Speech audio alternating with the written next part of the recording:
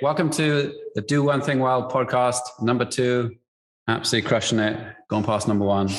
And today we're looking at a quite remarkable human being called Wim Hof. And I think I sort of came across him 2 to 3 years ago. I started doing cold showers. I didn't really know his backstory. And, but I got more and more into it, and his breathing exercise. And I think for me, one of the big things that I really loved about him was he said, actually, the comfort zones that we so much crave are actually not doing us that good. And we need to go out there, and actually doing hard things is actually really good for us. So. Yeah. So Wim Hof's method is based on the principle of inner power. There are 3 pillars to his method. The first one is breathing. So you put yourself into situations that create stress responses through your breathing techniques, which might not sound like it would be a particularly peaceful thing, but it's found that it actually reduces the stress levels of a person and actually gives them more energy. It seems counterintuitive, but the body kind of clues in and does what it's supposed to do. The second part of it is cold therapy, which again doesn't sound like the most desirable thing in the world, to jump in the morning and have a cold shower, but it helps you build up your brown adipose tissue, which is good for fat loss and also your immune system. It helps you build up your immune system. It gives you more endorphins, and it really, really does fortify the immune system. So you might think spending time in the cold would actually have a negative impact on you, but it means long-term you're less likely to get ill and things like that. And then the third pillar is commitment. He truly believes that you can train your brain to do almost anything, and that willpower will get you where you need to go. So it's an interesting little trio. It could make us quit sugar. Oh.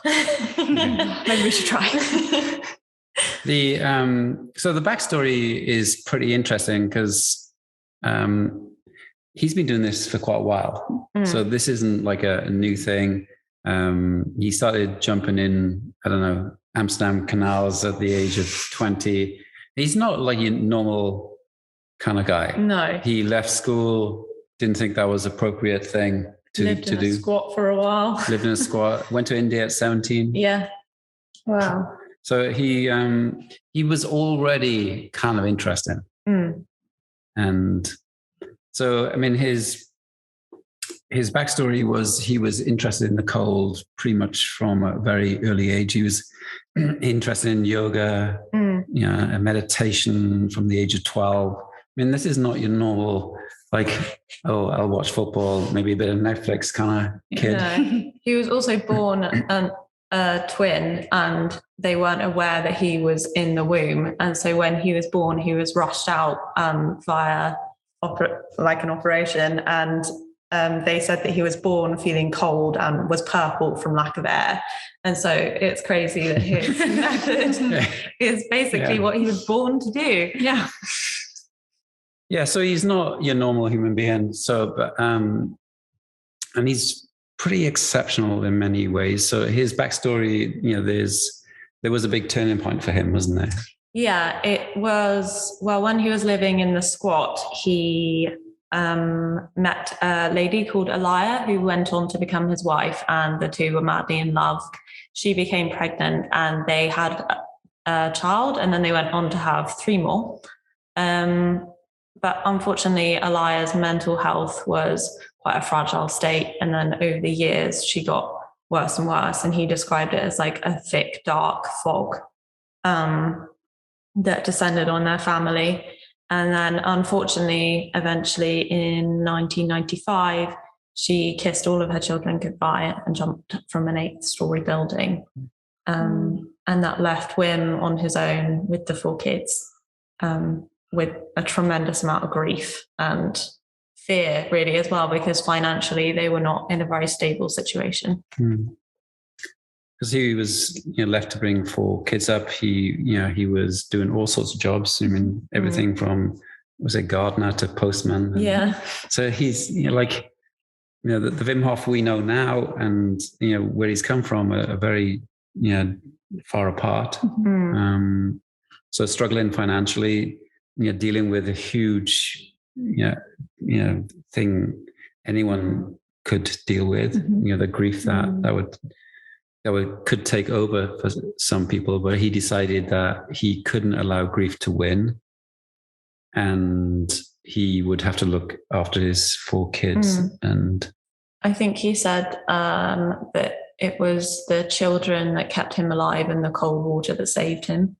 So like he really fell into the method as the thing that like numbed his senses, so that heightened his senses, but numbed his feelings, so that he didn't just have to live in complete pain all the time.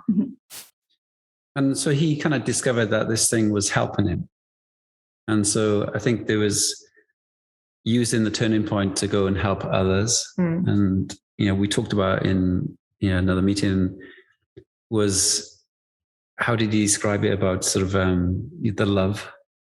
Yeah, his mission is to bring love back to the world, because he said that when he lost Elia, he lost his love. And he thought that if he had shown Elia this method, he genuinely believes he could have saved her.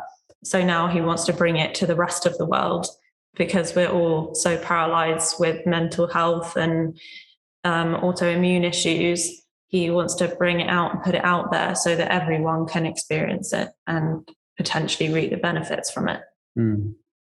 So I do think that's quite poignant, isn't it? The loss of my wife was the loss of my love. And I guess one of the things, as we researched for him, was he's doing it not just to help himself, which of course he is like helping himself, but he wanted to help others. And so there's a deeper purpose to all this. He wasn't doing it to get famous. He was firstly doing it to save himself, and then wanting to save other people. So in sort of context of time, so when did that happen? So that was 1995, and then sort of from there he started to gain notoriety in the press for basically, like, the big thing was that he was shooting a TV show and he was under the ice, as he usually was, and some man in the background walked over and fell through, and then Wim went and rescued him, and that's how he first became known. And then from that show, people dubbed him the Iceman, and it all spun off from there. So his fame was really accidental, in as much as somebody fell in, he saved them. Somebody coined the phrase, obviously in PR, the Iceman, that's stuck. And in a way, he hasn't kind of looked back, has he? Is built and built. I think one of the things that we can learn is, for quite a long time, he was doing this without a big following. And he was doing this for himself and anybody else he could help. It was, there was a long time of sticking at this, the commitment that he talks about. This was, he had to commit. And he kept really committing. So even when the big crowds, people think these people are overnight successes, and he's been going 10 years, 20 years doing this thing. And after that, you get this lucky break and you go, it just happened for him. It didn't just happen. No. And Sarah's going to talk about his records in a second, but the early records really gained him his popularity. But he always says it's the science that validated everything for him. And then now he's blown up because he's been on Gwyneth Paltrow's Goop program, and he's been on all these YouTube shows, and they've just taken his following astronomically, out of this world. The Goop program was quite a controversial program in itself, so it gained a lot of following, no press is bad press type idea. But I think that thing of, he did the records to almost get attention. But he did the experiments as proof. Because the scientific community were telling him that it wasn't physiologically possible for what he was trying to achieve, but he proved them wrong. So he has 26 Guinness World Records, which is pretty impressive, but the only reason why he's happy about those records was to get the attention. So one of his records was back in January 2007, where he ran a half a marathon in 2 hours and 16 minutes barefoot, which I think is amazing because even in that time, it's pretty impressive. Yeah. And then 2009, he conquered Kilimanjaro in shorts and also barefoot again. But then in the same year, ran a marathon in Namibia with no water. So he's the one he does the marathon, like, which is hard enough. And then, but he's the guy who does the marathon and in shorts with no shoes or no food, no water. So he takes things to another level, and that's what has got him to stand out in a very busy world. Yeah. He finished that one off with a pint as well. Yeah. Literally finished a marathon on a pint. If I could hold a pint after a marathon, I'd be like... He's quite remarkable, I have to say. I mean, I do his Wim Hof breathing pretty much most mornings. I've been in the sea for, I don't know, a while now. I do see the benefits of it, definitely. So let's go through the proof a bit more then, because he's got 26 world records. Yep. For quite extraordinary things. Yeah. So there's this image of him fully immersed in ice. Throughout 2007, 2009, he was trying to break this record. And one of the kind of science that they'd told him that you can't basically, as soon as you go under 90 degree Fahrenheit, you can't get your body to warm up naturally. And he had managed to go from 88 to 94 degree Fahrenheit whilst immersed in the ice and proven the scientists. Yeah. I mean, it's kind of interesting because he has got a twin who by all accounts doesn't like the cold very much. But they did do a test, didn't they, on the brown adipose tissue. Yeah. And so he is blessed with slightly more than some people. But And the brother. And the brother as well. Yeah, they both have slightly higher levels. So, but it's only slightly higher. Do you mean it doesn't quite fully explain the extraordinariness and remarkableness of Wim Hof, does it? So he still isn't getting into a warm bath when he gets into those ice things. I think like one of the other things that they found as well, that it can get rid of the acclimatization sickness of when you're mountaineering. So when they did Kilimanjaro, like the reason he broke the record was because they did the method and they could acclimatize so much quicker. And like that could really change how we view records of mountaineering, like from now on. So it's quite incredible. Yeah. And I mean, I've been reading about him going to the university hospitals and actually allowing them to put, E. coli inject into his blood, and then he uses his immune system to fight it off.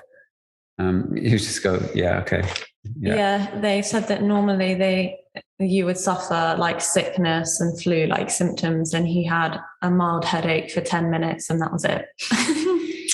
And then they repeated it to show that it could be done with other people. So 12 people trained in the Wim Hof method and 12 didn't. And all the ones who trained in it also gave similar results to back up the Wim Hof method's claim. So he has got some science to back all this stuff up. And, from a stress point of view, there's no doubt that actually the chemistry of your blood changes under stress. And that's what he's saying. Actually, if you do the breathing method, you can turn it back from actually, making you anxious to making you calm. And that's part of his practice. Pretty interesting. Yeah. So, I mean, out of all this has, this one man on a mission to firstly save himself from, a tough moment in his life to helping lots of people. And now it's become a business. Yeah. So it's a bit of a family affair. I think the two daughters, one of them manages the social media and one of them is a Wim Hof instructor. And the oldest son, Enham, is really who set up the company. He was inspired by what his dad had done, but wanted to take it into a business so that they could reach more people. And so he kind of took the science, took all the foundations that Wim had done and really ran with it. And now there's an app, there's a website, there's a YouTube channel, it's got Instagram, and you can go and do in-person training with Wim, which is hugely popular. Mm-hmm. Yeah, I bet. I mean, Yeah, we signed up to the course with Inner Fire. Yeah. I must admit, I got to about week 5, and it's hard. You have to immerse your right hand in water for 2 minutes, and then your left hand in water for 2 minutes. And yeah, my chest got really tight, but my commitment wasn't there because I hadn't done the breathing exercise before. So you got to do the breathing. Yeah, so I'll go back and start from week 1 and do it again, because it definitely did help in those 5 weeks. And by the end, I was actually quite enjoying the cold water showers because of the impact it was having on my day. Then is starting the day in a much positive.